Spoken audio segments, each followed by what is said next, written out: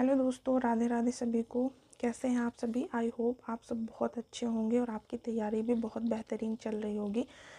लेखपाल की डेट आ गई है, 21 मई को पेपर लगा हुआ है। तो फ्रेंड्स, मेहनत करते रहिए।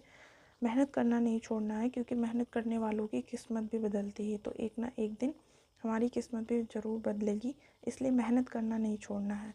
और इस वीडियो में हम आधुनिक इतिहास में बात करेंगे और आधुनिक इतिहास को हम आगे आने वाली वीडियो में पूरा कवर करेंगे। वो भी मतलब चैप्टर वाइज विद एमसीक्यू पूरा आधुनिक इतिहास हम कवर करेंगे। तो प्लीज़ फ्रेंड वीडियो को पूरा देखना, और क्योंकि ये आपके पेपर के लिए बहुत इम्पोर्टेंट क्वेश्चन होंगे और इसमें सभी इम्पोर्टेंट क्वेश्चन ही रखे गए हैं। तो फ्रेंड्स, आइए शुरू करते हैं। पहला चैप्टर है इसमें। पहला चैप्टर क्या है? पहला चैप्टर है मुगलों का पतन और ब्रिटिश भारत में ब्रिटिश साम्राज्य का आगमन और सुदृढ़ीकरण।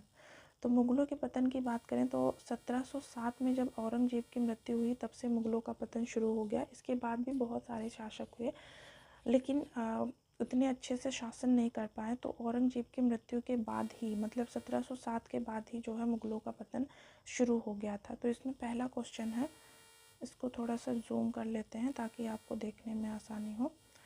तो पहला क्वेश्चन है इसमें, पहला क्वेश्चन है, अंग्रेज कप्तान विलियम हॉकिंस इंग्लैंड के राजा जेम्स प्रथम का एक पत्र लेकर भारत व्यापार करने की अनुमति मांगने आया था। तो पूछ रहा है कि ये किस मुगल शासक के शासनकाल में आया था। तो इसका आंसर क्या होगा? इसका आंसर हो जाएगा ऑप्शन सी, जहांगीर के शासनकाल में आया था विलियम हॉकिंस, जो कि एक अंग्रेज़ कप्तान था। तो ये कब आया था? अगर सन की बात करें तो ये 1608 ईस्वी में आया था और 1608 से 1611 तक रहा था।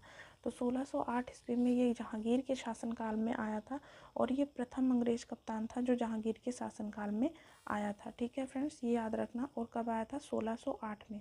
जहांगीर ने इसको, मतलब जहांगीर ने जो है विलियम हॉकिंस को, बात करें तो जहांगीर जो था, इसने विलियम हॉकिंस को इंग्लिश खान की उपाधि दी थी। किसकी उपाधि? इंग्लिश खान की उपाधि दी थी। ठीक है फ्रेंड्स, इंग्लिश खान। तो इंग्लिश खान की उपाधि विलियम हॉकिंस को दी थी जहांगीर ने। तो इसमें इतना ही याद रखना है। आगे हम बात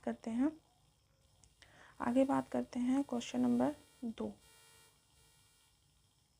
क्वेश्चन नंबर 2 है, किस अधिनियम को सूर्यास्त कानून यानी कि सनसेट लॉ के नाम से जाना जाता है? और सनसेट लॉ होता क्या है? सनसेट लॉ है कि इसमें लिखा भी है, क्योंकि भुगतान एक निश्चित तिथि की सूर्यास्त तक जमा किया जाना था। मतलब सूर्य अस्त होने से पहले एक जो भी भुगतान की एक निश्चित तिथि है, उस तिथि के सूर्यास्त होने से पहले इसको जमा करना था। तो यही था सूर्यास्त कानून। और ये सूर्यास्त कानून किस प्रणाली में आया था? तो ये स्थायी बंदोबस्त। इसका आंसर क्या हो जाएगा? आंसर हो जाएगा ऑप्शन ए, स्थायी बंदोबस्त प्रणाली में सूर्यास्त कानून को लाया गया था। अगर हम स्थायी बंदोबस्त की बात करें तो स्थायी बंदोबस्त को, फ्रेंड्स ध्यान से सुनना, स्थायी बंदोबस्त को क्या बोलते हैं? इस्तमरारी या जमींदारी। और ये स्थायी बंदोबस्त कब आया था? ये 1793 ईस्वी में। कौन लाया था? Lord Cornwallis. कौन? 1793 ईस्वी में लॉर्ड कॉर्नवालिस ने इसको स्थायी बंदोबस्त को लागू किया था और इसको इस्तमरारी या जमींदारी व्यवस्था भी कहा जाता है। अगर हम स्थायी बंदोबस्त की बात करें तो ये एक भू राजस्व प्रणाली थी। क्या थी? स्थायी बंदोबस्त जो था ये एक भू राजस्व प्रणाली है ना, ये एक भू राजस्व प्रणाली थी जो कि लॉर्ड कॉर्नवालिस के द्वारा लागू की गई थी। क्या थी? भू राजस्व प्रणाली थी जो कि लॉर्ड कॉर्नवालिस के द्वारा लागू की गई थी और 19% भाग पर ये लागू थी। कितने? 19% भाग पर लागू थी।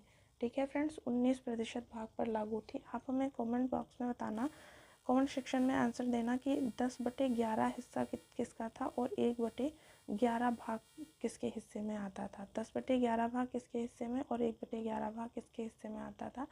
तो ये फ्रेंड्स हमें कमेंट सेक्शन में आंसर ज़रूर देना। आगे हम बात करते हैं तीसरे नंबर क्वेश्चन की। तीसरा क्वेश्चन है, 1700 ईस्वी में, मतलब 1700 ईस्वी के 1700 शताब्दी के दौरान बंगाल से ब्रिटिश ईस्ट इंडिया कंपनी में कौन सी वस्तुएं जो है निर्यात की प्रमुख वस्तुएं थी? तो ये बताना है। तो इसका आंसर क्या होगा? कच्चा कपास नहीं था, जस्ता नहीं था, तांबा और चांदी ये नहीं था। इसमें क्या था? प्रमुख वस्तुएं अफीम, शोरा, रेशम और कपास। क्या था? अफीम, शोरा, रेशम और कपास। तिलहन नहीं था इसमें, कपास तो था, तिलहन नहीं था। तो ठीक है फ्रेंड, इसका आंसर डी हो जाएगा। ऑप्शन डी इसमें सही है कि अफीम, शोरा, रेशम और कपास। आगे बात करते हैं चौथा क्वेश्चन। चौथा क्वेश्चन क्या है? चौथा क्वेश्चन है सिखों के मिसल के बारे में कौन सा कथन सत्य है, ये बताना है। तो पहला ऑप्शन है मिसले सशस्त्र अधिकारियों के समूह थे जिन्हें महाराजा रणजीत सिंह ने बनाया था, महाराजा रणजीत सिंह ने बनाया था। दूसरा है मिसले लोकतांत्रिक प्रकृति की थी और समानता पर आधारित थी। तीसरा है मिसले नादिर शाह के आक्रमणों से पंजाब की रक्षा के लिए बनाई गई थी।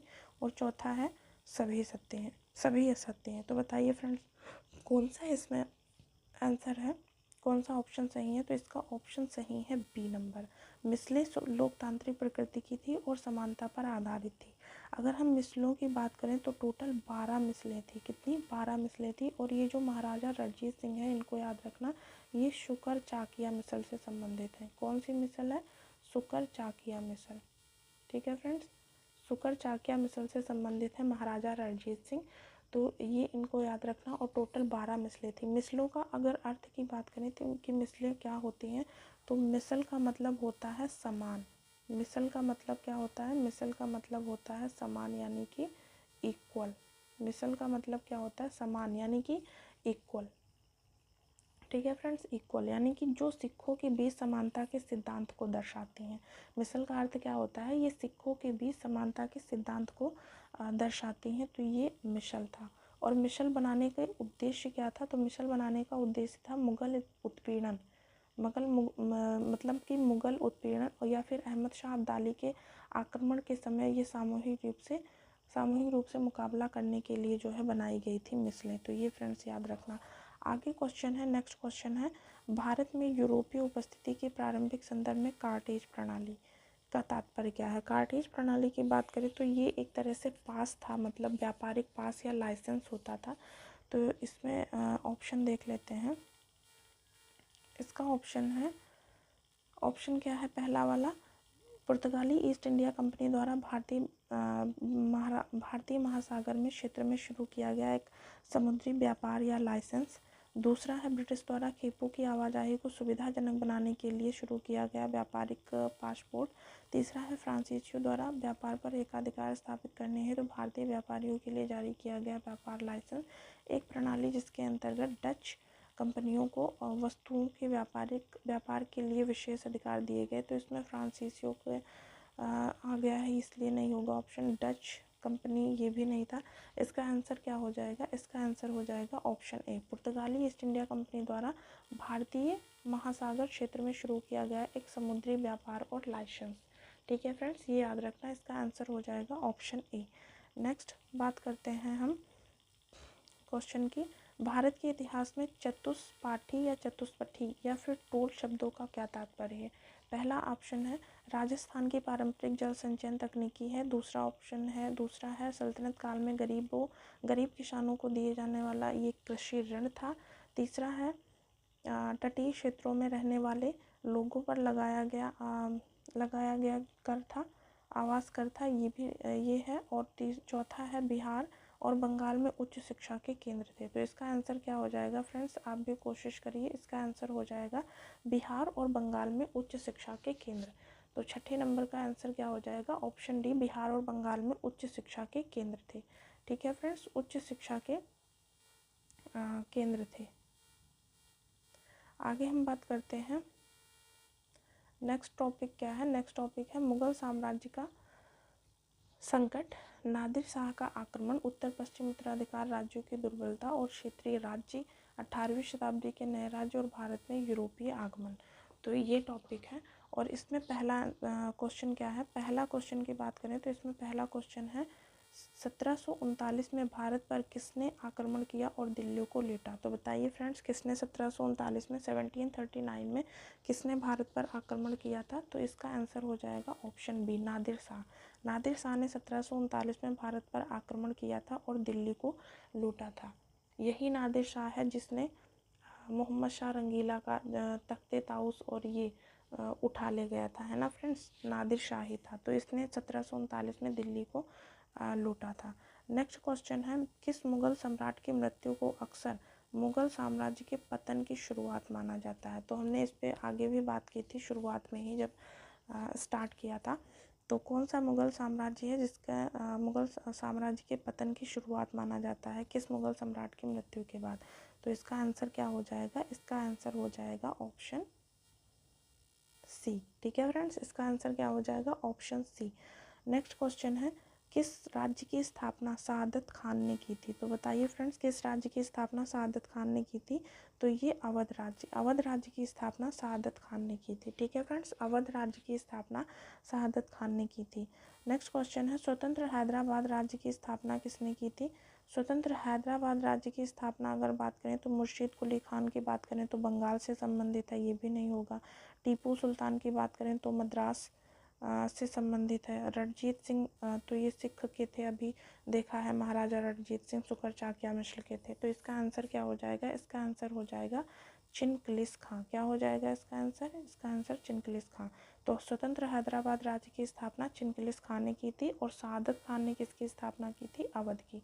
ठीक है फ्रेंड्स, आगे हम बात करते हैं नेक्स्ट क्वेश्चन कि समुद्री मार्ग से भारत पहुंचने वाली पहली यूरोपीय शक्ति कौन थी? समुद्री मार्ग से भारत पहुंचने वाली पहली यूरोपीय शक्ति कौन थी? तो बताइए फ्रेंड्स, समुद्री मार्ग से भारत पहुंचने वाली पहली यूरोपीय शक्ति कौन थी? तो ये थे पुर्तगाली। कौन थी? पुर्तगाली। ठीक है फ्रेंड्स, समुद्री मार्ग से भारत पहुंचने वाली पहली यूरोपीय शक्ति कौन थी? तो ये पुर्तगाली थे।